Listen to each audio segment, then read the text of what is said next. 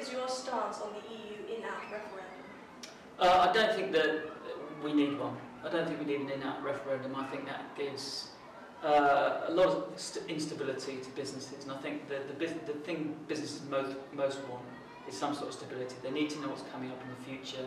They need to maintain contracts that they have already with other companies in the EU, and they also need to know that that those trading links are there with the EU. I think certainly if we pulled out of the EU, that would be disastrous for us. But I even think now, holding a referendum now is the wrong time to do it, and I just don't think it's the right thing for Britain's long-term economic future. Would you like to expand on that? Well, I think there's a lot of good and there's a lot of bad about Europe.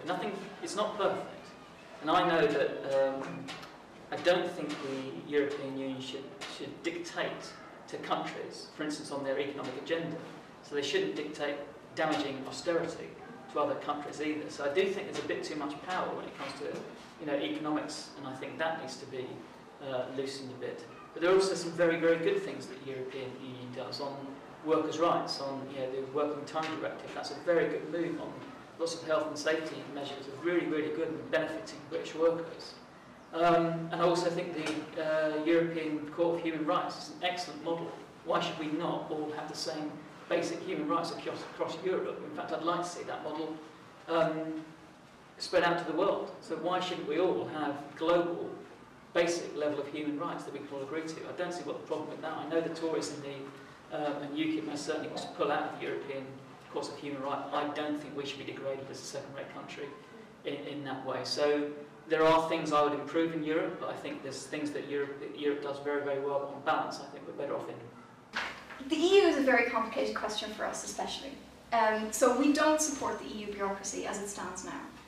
We recognise that it is really a boss's club. And really what the EU are doing is making legislation like TTIP, which is negotiated by the elites of each country in Europe, in the interests of the elites of each country in Europe. And what they're doing is making things like nationalisation of public services more and more difficult, and they're making workers' lives more and more difficult.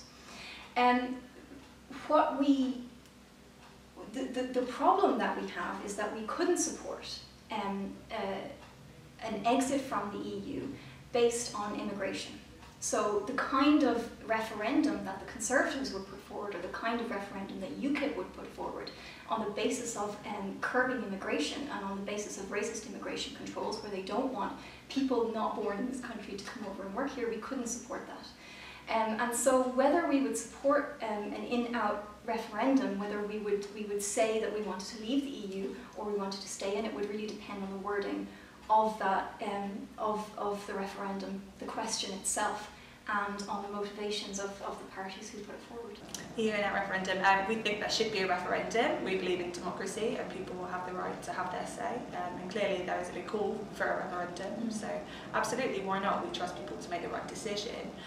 We are pro-Europe though, and we're also very pro-immigration as well. It only brings us benefits. The debate around immigration at the moment is so negative, as if immigrants cause so many problems. Yeah. And yet studies have shown, the facts are, they benefit us so much in every way, and they give, in terms of even money, they bring so much more in than they take out. Immigrants are just fantastic, and Kingston University, for example, is just so diverse, and we celebrate that. And as a party, we're very pro-immigration, we're pro-EU, but we're also pro-referendum. Well, I think that the Conservative Party, despite being accused of being divided on the issue of Europe, is in fact more united than it's ever been in one voice, saying that we need an in-out referendum by 2017, preceded by a renegotiation on our relationship with the EU. The vast majority of people in this country have had no say in whether we're a member of the European Union.